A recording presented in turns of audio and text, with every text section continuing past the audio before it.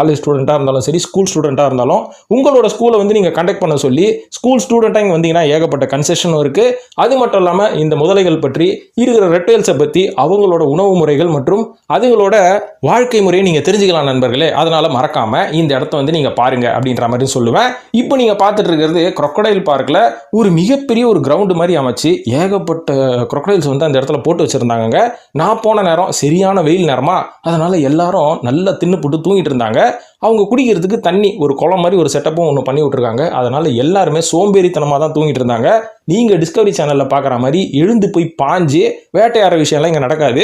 ஆனால் அந்த மாதிரி ஒரு விருப்பமான ஒரு பார்வை, ஒரு கண்காட்சி நீங்கள் பார்க்கணும் அப்படின்னு நினச்சிங்கன்னா இங்கேயே வாரத்தில் ஒரு நாள் ஃபீடிங் ப்ரோக்ராம் அப்படின்ற மாதிரி பண்ணுவாங்க.